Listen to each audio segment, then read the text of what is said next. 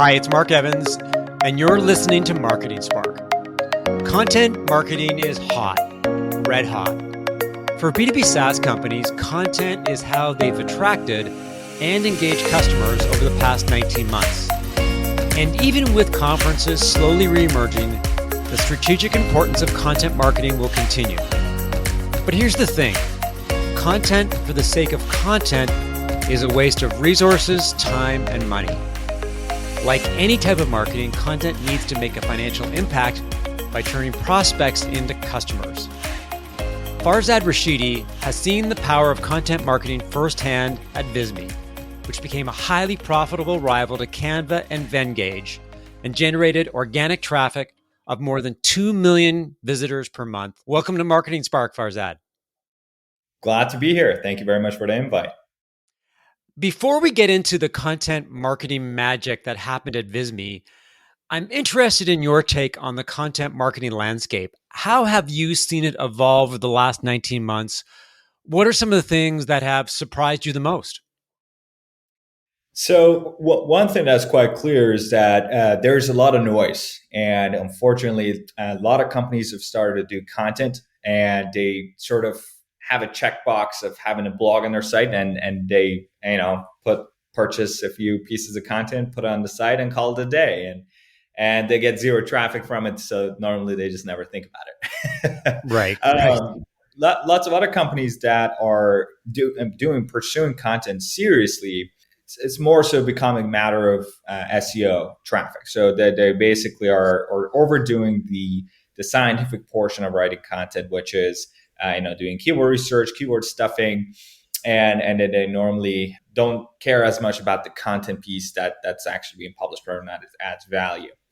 And so the happy medium where basically you're still researching your audience, understanding what they're looking for, and writing actual, valuable, actionable pieces of content where your potential customers and audience can put into use is done quite rarely. But people have started to figure this out.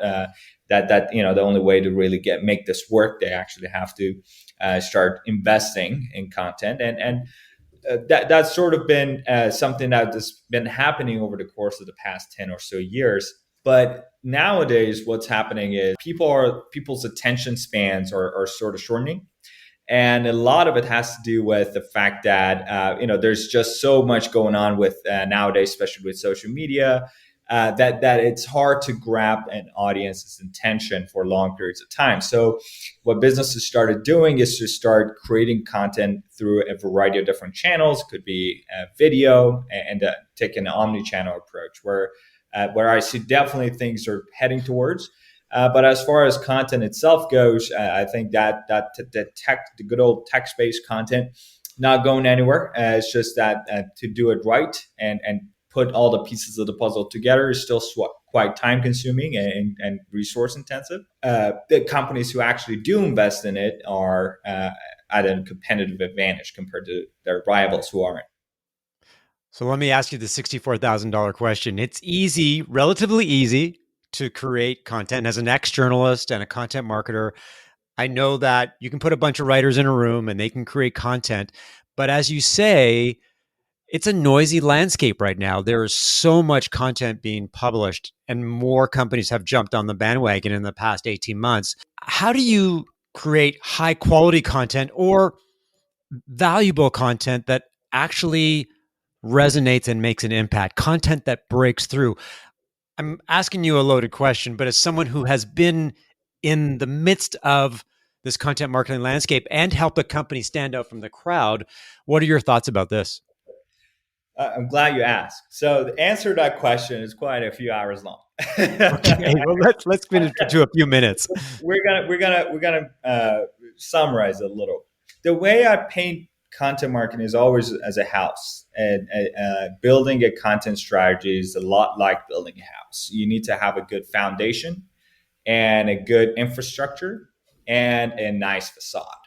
So step one in any content marketing strategy is the right site structure. So that normally requires the attention of a person who's somewhat SEO savvy. Again, none of these is rocket science, but you need to understand, okay, what are some of the key keywords that we are operating in. So say for Visme, as an example, there's multiple use cases for our platform: presentations, infographics, and say social graphics. These are our parent keywords per se. So these are the ones that we ideally want to build our site around. Within that site, we want what we call a landing page or a sales page. So for example, as a consumer, when I need to create a presentation tomorrow, what I need to do is to go look up, what do you do, Mark, when you're looking for a solution in any space? What's the first step you do intrinsically? Do a search. There you go. Right. Where do you do a search? Google, right? Yeah, exactly. Right. Google it. Exactly. So presentation software, infographic maker, right? The reports maker, etc. So these are what we call our landing pages, sales pages. In order to make these landing or these sales pages competitive, what we do is to create what we call topical authority. So we create these categories or silos, as fancy marketers call it, Right. of content. Meaning, basically, it's just a simple way of saying just create content about presentations. So for our presentation landing page, we create how to make a presentation. What are some of the best ways to present in front of an audience, right, etc.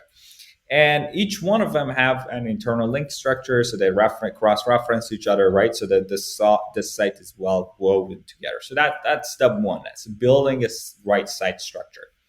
Now, step two is to start identifying what are some of the phrases or keywords that your audience are searching for. But that's not enough. You need to prioritize that, because there's going to be a gazillion of them, right? In any sort of space that you want to touch on, anything from manufacturing to beauty.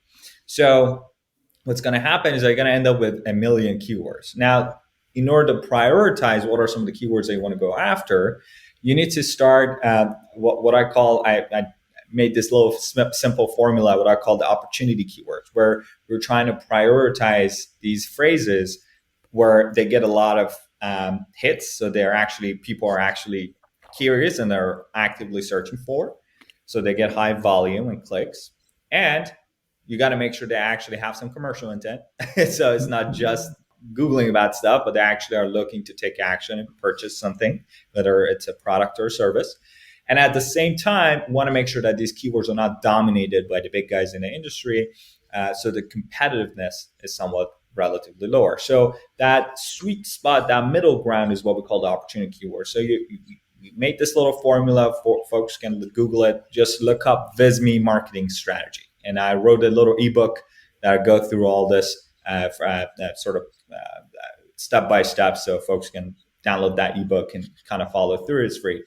But anyhow, as far as the content strategy goes, once we have our or keywords that we know what we're trying to create, then you want to segment it. Okay, is this better suited for a YouTube video? Is this a better blog post? Is this another landing page? Is this a template page? Right? And you create these pages on your website. And that's what I call a right infrastructure or a base for your website. Now you got to build a facade up or build the walls and the plumbing, the electricity to go up in order to show that, hey, this is a house. It's not just the foundation, right? So a lot of people just stop there. I would say 90% of people I know, it's just basically just put out a piece of content, create a bunch of landing pages, and they just think that people are magically going to show up at their door and people are going to just form lines and try to knock down the doors of the website to come in. And that's rarely the case, right? Unless you're Apple, where, when you release a new iPhone, you get a spike in your traffic. So most of us are in Apple or Google or these Fortune 100 companies. So what do we do? Well, that's where content promotion kind of kicks in. So we actually spend 20% of our resources on content creation. And that includes building landing pages, development, creating content. 80% of our resources go into content promotion. And it sounds quite scary because a lot of businesses are like, hey, we don't have all these resources to go start promoting pieces of content. And to answer that, I said, just don't produce as much content then. It's a matter of dedication of resources. When you put out 1,000 blog posts on your website and nobody looks at it and it doesn't rank for anything, that's a waste of money. Produce one blog post, one very good blog post every month, and spend the rest of the month promoting that piece of content. Well, the obvious question is, in theory, it sounds great. Mhm. But in terms of practical terms, how would you take a blog post? Let's say it's a 750 to 1,000 word blog post, good content, helpful content. What do you do with it? Walk me through how you would extract as much value from that one piece of content. So a lot of people think of content promotion as just going out and putting it on their social media and gets like 2 likes and they're like, yes, we Right. made it. And then they put it in their newsletter, send it to their own existing customers. Eh, That to me is not content promotion. Yes, you got to do that because you have to, but it's not even in our strategy. It's just something that naturally happens. Content promotion to us uh, comes back to the main purpose of the content piece. So once you create a piece of content, you want to use this as a magnet to bring in potential customers, to position yourself to show up in places where people who are looking for a solution like or service like you would naturally and organically find you. Most of that traffic happens on Google. So how do you get that content piece ranked for that target keyword? And in order to do that, you need to understand how some of these search engines work. And I always come up with this example of Mean Girls popularity content. The way these search engines, these crawlers works, that the more other authoritative, relevant websites in your space are talking about you and naturally, obviously mentioning a link to your website, that's a vote of popularity in the eyes of Google and other search engines. It just tells them that, hey, this must be a credible source because other people are linking to it, right? Just like how in universities research papers are valued based on the amount of citations they have. But not all citations are created equal. So you want to make sure that the people who are actually talking about you are authoritative. Now, in order to do that, people just don't naturally come and find you again. It's not a spray and pray approach. It is somewhat of a active process of promotion. So that's sort of what was also the original story of how Responded came into play. So back in the day, what we were doing, anytime we would put out a piece of content, we would have to actually go and use these Google advanced operators and try to do some research, try to identify what are some of the content pieces that other people have created that have mentioned or talked about very briefly about the content piece. For example, let me give you an example so it makes sense. Say I put together a guide on lead generation, all right? Ultimate guide to lead generation. And I'm a lead generation agency. And I want to get that guide up in the search results. Now, it's a very competitive content. Now, ideally, what I want to do is to find other content pieces that are mentioning what are some of the top marketing strategies for B2B SaaS companies, right? And and as part of their content, they happen to mention lead generation as one of the strategies. But then obviously the focus of the content is something else, so they don't get to dive deep into the topic. So I want to ideally identify first these non-competing posts that happen to mention our keyword in there and reach out to them and incentivize them to mention us. Now, that's a whole slew of different tactics and strategies. I want to keep it to the broad. And also another thing you want to do is to reverse engineer what's already working. So you want to go take a look at all the other guides to lead generation into top 10 search results in Google and see what are some of the resources or other posts and blog articles that have mentioned them. And extract a list and reach out to them, especially if you have a superior post, and it's what we call it a reverse skyscraper technique. But identify these opportunities that you could reach out to. And that whole process and then leads you to start finding the right people and understanding, okay, for this site, for this page, who would be the best person that I could reach out to? What would be the right pitch? That collaboration also, leads to a guest post and then leads to a longer term partnership. And that's sort of the whole process of prospecting, identification, finding contacts, and outreach. Something that we were sort of piecing together at Visme manually, duct taping a bunch of different tools and had a bunch of data miners and manual work. And it was quite tedious, as you might I can imagine. Yeah. That sort of sparked the idea of Responded. So we were like, all right, well, we are a software company. Why don't we just put together the whole process that's already working for us manually, put it in the software so we can scale without losing quality? So let me stop you there because you've talked about Responda, but you maybe tell the story of Responda because it's a spin-off, something that emerged from within Visme. You have this problem that you're talking about in terms of content promotion. It's a classic. We've got a problem. Let's build a tool to fix it. What is Responda? How does it work? And is it just available to Visme, or is it going to be available to other content marketers? So Respana, there's no D in there, by the way. It's Okay, Responda. RESPONA. You got it.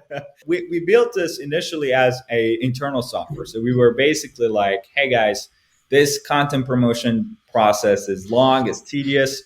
Let's put together a really ugly UI and duct tape this steps together so we could sort of have just one screen so that one person could sit down, go from A to Z in a few minutes instead of spending hours doing research and hopping in different tools.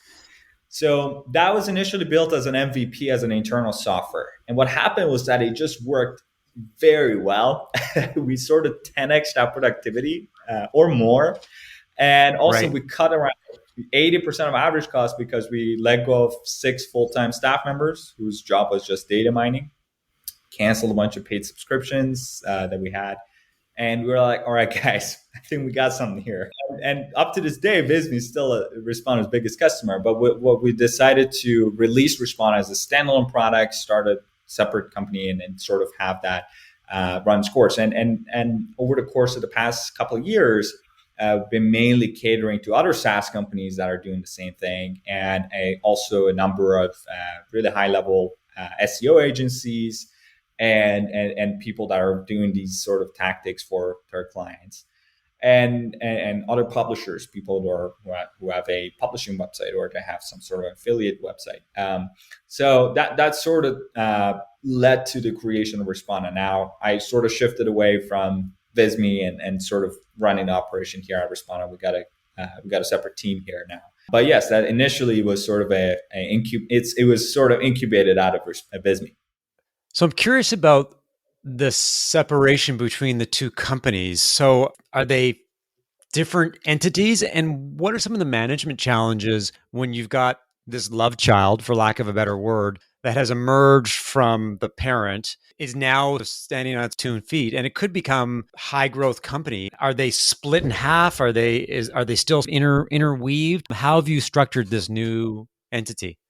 We were very adamant on keeping both products separate. And the reason why is that Visme in and out of itself is a very successful company. For folks who don't know what it is, it basically is a brand management or brand content creation platform. Mark, you create all sorts of social media assets and you create presentations and especially in larger organizations where they have to keep everybody on the same page in terms of brand guidelines and logos and colors and fonts. So Visme is sort of all in one hub that allows businesses to be able to create these sort of content pieces without lacking or impacting quality. It's a pretty interesting product. Our founder, Visme's founder, Paymon, who is a co-founder at Responda, actually launched this back in 2013. Now it's got over, I think we passed just 12 million active users. And over 80 employees, fully profitable, growing at a very healthy rate. And so that whole operation is what Paymon's managing. So Responda was sort of, since it was initiated by me and it created by me, and it was sort of, so the responsibility for the management on the Responda side fell on me. So we hired a separate engineering team. We have a separate marketing team. So we try to keep things separate so that and not one is impacting the other by eating up resources. Maybe going back to the content marketing production world, what are your thoughts about how to maintain the production of high quality content? Because it's easy to get excited in the short term and to create a number of great blog posts or ebooks or infographics. But in time, that enthusiasm can wane. The ideas there's not as many. They don't flow as well or as fast as they used to. So when you look at Visme and the way that it approaches content, how do you keep the engine rumbling forward so that you're constantly creating great content month after month, year after year? Content production, once the content is out in the world, doesn't mean your job's done. So every 6 months, we actually run a content audit and go back to posts that are 6 months or older and see what posts are underperforming. And that includes time on site, whether it's lost in the rankings, whether it has any backlinks or getting any sort of traffic. And we actually delete posts that don't have any links or get any traffic after 6 months. It's just a waste of space. So it is and there are posts that have a good number of backlinks and mentions, but the rankings has started to drop. So let's go ahead and update and refresh that post. So it's a constant dynamic process of evaluating content pieces that have been created in the past and keeping the plot going. So that's number one, is that you don't want to just put out a piece of content and let it sit there for 10 years, right? At some point, it's going to hit zero. Aside from content refreshes, another thing we do is that we don't have just two people at the company whose job is to write. Because sooner or later, they're going to run out of topics to write about, or what's going to happen is that because it's almost impossible that a person is a jack of all trades. So they start writing about stuff that's not necessarily relevant to them. For example, it's like if I had to run a cooking website, I'll be horrible because I can barely scramble eggs together, right? So I can't I can't write about topics I'm not. So what we do at Visme, we have a pretty good network of writers that we've tried and tested over years, and each one is an expert in something. So like one person is good with writing content pieces about design because they have a design background, right? So there's a million pieces they can write about design, and we got another person who's expertise in digital marketing, right? They come from the marketing world and know ins and outs. So having a network of writers they can bounce ideas off of and not just necessarily have two people in charge of writing content per se, that helps a lot with keeping things creative. So to be clear, do you have in-house writers as well as a network of writers? So you're tapping both internal and external resources to create content. Yes, but the in-house folks are predominantly in charge of quality control. So they basically are, delegating tasks, reviewing content, editing, publishing, and also doing the research part at the top of the funnel, right? So, okay, understanding what do we need to write about? What do we need? What are we underperforming? Do we have a new feature coming out? Okay, let's see what silo we need to target. Their job is predominantly to put together this content brief that they get passed on to the writer, who's now is going to sit down and write from the heart. What are some of the mistakes that B2B SaaS companies make when it comes to content marketing? I know you're going to talk about promotion, you're going to talk about how to create quality content, but what do you see as the top 2 or 3 mistakes that many companies make when it comes to content? All right, number one, content marketing is not for everyone, right? So a lot of companies feel the obligation to have a blog, feel the obligation to start producing content just for good measure and no clear strategy in mind. And I always advise them, like sometimes some businesses, it just doesn't make any sense. Like if you're a super enterprise software that sells like 100K plus a year licenses, it may not make sense to start writing content about it because guess what? Your target customers aren't Googling for a 100K plus license to a software. Normally that requires a different sales cycle. It requires some outbound, requires some, salespeople and SDRs and et cetera, or events, venues, you name it. It's not always done through Google. So first understanding, okay, where are my audience hanging out? And that's something that's a question that a lot of businesses don't even consider. They just start writing content or just hire writing. So that's mistake number one. First understand if it's the right fit for you. That leads me to number 2, and that's dedicating enough resources to it. So a lot of businesses, they do not think about it. I would assure you 90% of businesses who are actually listening to this spend most of their money into paying salaries of SDRs or paid advertising. Those 2 channels normally occupy the majority of the marketing budget. Very little startups invest as heavily in content as companies like Visme or Responded do. And the reason being is it's a silent channel that has a very large lag. So you can't just put some ads and once you start doing Google ads, you can see results. You can say, okay, here's how many impressions we got, here's how many conversions, this is clear cut, this is great, let's keep on doing this. It's a never ending black hole of cash. Content is something that you're just sort of producing an educational resource, putting out in the world, no idea who's going to see it. Okay, you get some traffic, are you actually converting into customers? Because it's not as clear, people don't invest as much in it. So once you identify that, okay, this is a channel that people are actively looking for our services online and mainly through Google, and now I'm producing pieces of content, I'm sorry, excuse my French, don't half-ass it. Go Right. all in.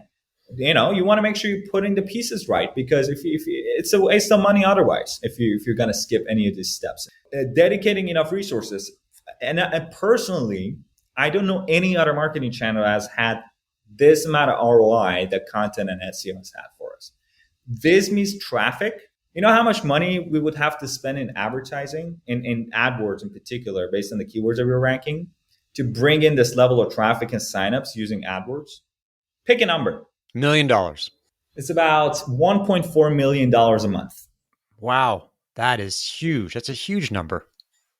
Every month, we would have to spend $1.4 million to bring in this amount of signups and traffic. When you think about the amount of money we spend on content, that's a pretty damn good ROI. Now, granted, it took us a few years to get here. It didn't happen overnight.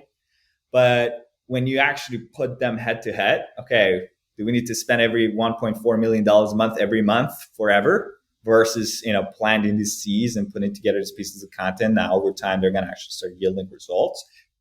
Given that your audience are looking for solutions like you on Google, then that's a no-brainer to me. One final question, and this is a loaded question, but it's being talked about a lot these days, is where you fall when it comes to gated versus ungated content. A lot of B2B SaaS marketers want to gate content because it generates email addresses. A growing number of marketers are saying that content should be free. What's your view of the world when it comes to gated content or ungated content? I don't think they're mutually exclusive. I'm not against either one. I think you should do both if you have the resources for it. It's just a different type of content. If it's an educational resource that people are actively searching for, then great. Let's go ahead and put this out as a blog post. There's no reason for it to be gated. Now, if you've done some original research, run some surveys and got some data, and you got something interesting that people who are in your space would be willing to put in their information to take a look, and it's not really a type of content that you would put out on Google and people would be actively searching for, then yeah, that's much better suited for a gated piece of content. Now, the way you acquire impressions is different. You got to be spending some ads on LinkedIn with these like forums that people can automatically pre-fill and opt into your list and get access to that ebook, or if you already have an existing newsletter base or audience that you can promote this to. Another cool thing we've done also with gated content is that we partner up with another company.